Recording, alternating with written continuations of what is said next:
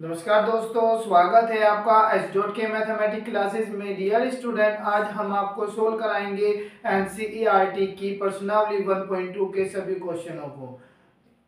Video को ध्यानपूर्वक देखना। यदि कोई बात समझ में ना आए तो आप कमेंट बॉक्स में बता सकते हो।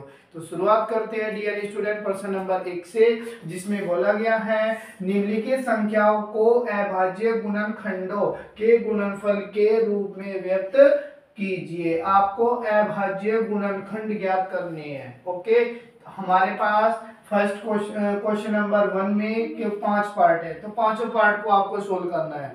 मैं इनमें से कोई 2 पार्ट सोल्व कर देता हूं, बाकी 3 पार्ट आप खुद करेंगे। यदि नहीं होता तो आप मुझको बता सकते हैं, तो उन 3 को भी मैं खुद सोल्व करा दूंगा। ओके, तो शुरू करते हैं डियर स्टूडेंट। First part 140। तो आपको क्या करना है कि 140 के अभाज्य गुणनखंड निकालने हैं। किसी भी संख्या के अभाज्य गुणनखंड निकालने के लिए, ठीक है, सबसे पहले आप क्या करेंगे, इसको डिवाइड करेंगे, जैसे हम फैक्टर करते हैं। ओके, अब आप सभी को पता है यदि किसी संख्या के इकाई का अंक, ये वाला इकाई का अंक 0, 0, 2, 4, 6 और 8 होता है, तो वो संख्या 2 से भाग हो जाती है। 2 से भाग हो जाती है। तो इकाई का अंक कितना है, 0। तो हम 140 को 2 से भाग कर सकते हैं। तो 2 से भाग कीजिए। 2 से 14 कितने बार कट जाएगा, 7 बार। 2 सते 14 और 0 की 0। इकाई का अंक फिर आपका 0 है, फिर ये 2 से डिवाइड हो जाएगा। तो 2 से काटिए, 2 3 6 और 2 5 10। अब इकाई का अंक डियर स्टूडेंट 5 है, 5। ध्यान रखना, यदि इकाई का अंक 0 या 5 आता है तो ये दोनों संख्याएं 5 से भाग हो जाएगी, 5 से भाग हो जाएगी। ध्यान रखना, यदि इकाई का अंक 0, 0 या 5 आता है तो वो संख्या 5 से भाग हो जाएगी। तो हम इसको 5 से काट सकते हैं।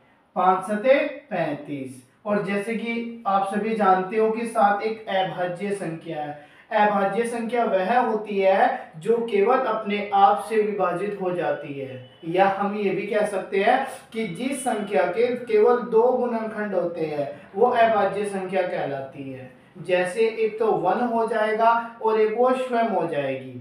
तो 7 किससे डिवाइड हो जाएगा, 7 से। 7 एकम 7। तो हम यहाँ पे लिख सकते हैं 140 के अभाज्य गुणनखंड बराबर हो जाएंगे डियर स्टूडेंट, ये जो साइड में लिखे हैं ना, 2 मल्टीप्लाई 2 मल्टीप्लाई 2 मल्टीप्लाई 7। यहाँ पे 2 कितनी बार आया, 1 2 3। तो हम इसको 2 की पावर 3 गुणा 7 भी लिख सकते हैं। ये हमारा आंसर आएगा।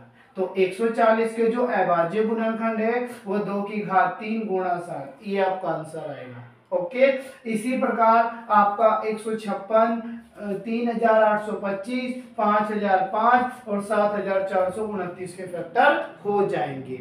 अब हम बात करते हैं इसके सेकंड पार्ट 156 की। अब 156 के फैक्टर हम आपको बताएंगे कि 156 के फैक्टर कैसे ज्ञात करते हैं। तो इस क्वेश्चन को नोट कर लेना डियर स्टूडेंट अपने रफ में।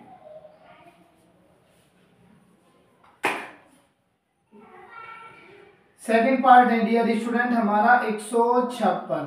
तो आपको 156 के अभाज्य गुणनखंड ज्ञात करने हैं। तो सेम वही रूल हो जाएगा, 156 के हमको फैक्टर करने हैं। यहाँ पर इकाई का अंक कितना है, 6 है ना। और मैंने बताया था यदि इकाई का अंक 0, 2, 4, 6 और 8 इनमें से कोई भी आता है वो 2 से भाग हो जाएगी।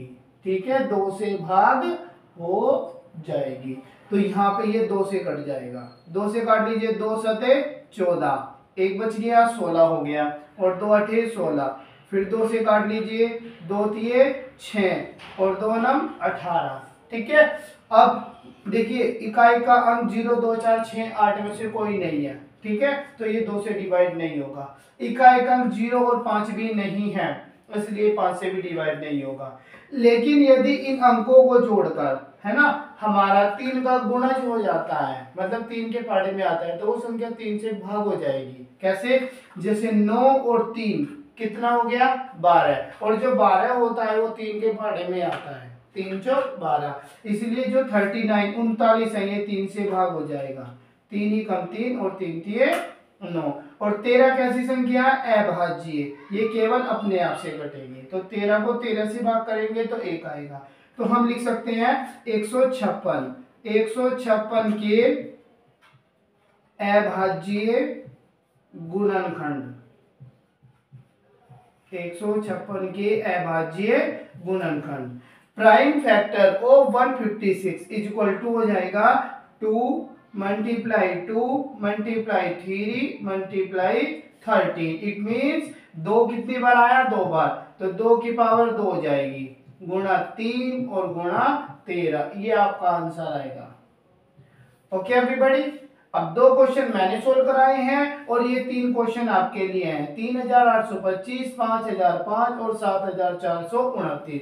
इन क्वेश्चनों को आप खुद सोल्व करेंगे। यदि नहीं होता है तो फिर आप मुझको कमेंट बॉक्स में बता सकते हो, तो मैं इसकी वीडियो बना के आपको बता दूंगा। ओके,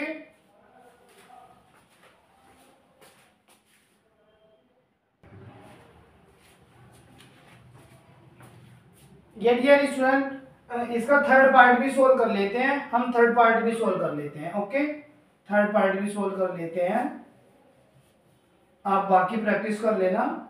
थर्ड पार्ट है डियर स्टूडेंट हमारा 3825, 3825। तो हमको फैक्टर करने हैं, गुणनखंड 3825, 3825। जैसे कि आप सभी को पता है कि जो इकाई का अंक है वो कितना है? 5। यदि इकाई का अंक 0 या 5 होता है तो हम उसे 5 से भाग कर सकते हैं, तो हम इसको 5 से भी कर सकते हैं। ओके, और एक बात और मैंने बताई थी, ठीक है, यदि इनके अंकों का योग, यानी कि यदि हम इसको जोड़ कर देंगे, है ना, 3 का गुणा जो होता है तो 3 से भी कट जाएगा, तो मैं इसको 3 से भी देख लेते हैं हम।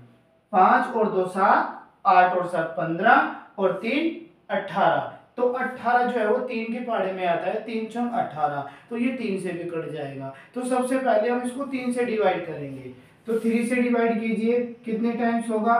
3 ही कम 3 हो जाएगा और 3 दूनी 6 हो जाएगा। यहाँ पे कितने बच गए?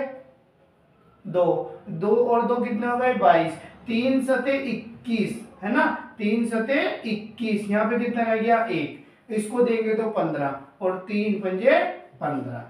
ओके, फिर देखते हैं 3 से डिवाइड होगा या नहीं होगा, तो 5 और 7 12 और 2 14 और 1 15। अब 15 भी 3 के पहाड़े में आता है, तो फिर 3 से डिवाइड कर लीजिए, तो 3 से जब भाग करेंगे तो 3 चौक 12, है ना, यहाँ पे कुछ नहीं बचेगा, यहाँ पे 3 दूनी 6, यहाँ पे 1 बच जाएगा, हो गया कितना? 15, 3 पंजे 15। ओके, फिर देखते हैं 3 से डिवाइड होगा या नहीं होगा, 5 और 2 7 और 4 11। अब ये 3 से डिवाइड नहीं होगा, तो इकाई का अंक कितना है? 5। अब 5 से डिवाइड कर लीजिए, तो 5 से डिवाइड करेंगे तो कितना आएगा? 5 8 40, है ना, यहाँ पे लिखा है 42, तो कितना बच जाएगा? 2, यहाँ पे हो जाएगा 25, तो 5 पंजे 25, इकाई का अंक फिर 5 आ गया, तो फिर 5 से डिवाइड कर लीजिए, 5 ही कम 5, कितना रहेगा? हमने 8 पर पहाड़ा चलाया टेबल अपना, 5 ही कम 5, तो यहाँ पे 3 नंबर एक्स्ट्रा है, 5 6 7 और 8, 3 नंबर, तो 3 का मतलब यहाँ पे कितना हो जाएगा? 35, तो 5 सते 35, 17 पर कट जाएगा, और 17 एक अभाज्य संख्या है जो केवल अपने आप से विभाजित होती है, इसलिए 17 17 से भाग हो जाएगा, 17 एकम 17। अब हम यहाँ पे क्या लिख सकते हैं? 38 25 के अभाज्य, बताइए, अभाज्य गुणनखंड, it means factor is equal to कितने हो जाएंगे? ये सभी हो जाएंगे 3 मल्टीप्लाई 3 मल्टीप्लाई 5 मल्टीप्लाई 5 मल्टीप्लाई 17। 3 कितनी बार आया? 2 बार, तो 3 की घात 2 हो जाएगी, गुणा 5 कितनी बार आया? 2 बार, तो 5 की घात 2 हो जाएगी, और 17 एक बार आया है तो गुणा 17, ये आपका आंसर आएगा। ठीक है, कोई डाउट है? यदि हो तो आप कमेंट बॉक्स में बता सकते हो। इसी प्रकार डियर स्टूडेंट हम फोर्थ पार्ट को सोल्व करेंगे। ठीक है, फोर्थ पार्ट हमारा क्या लिखा है?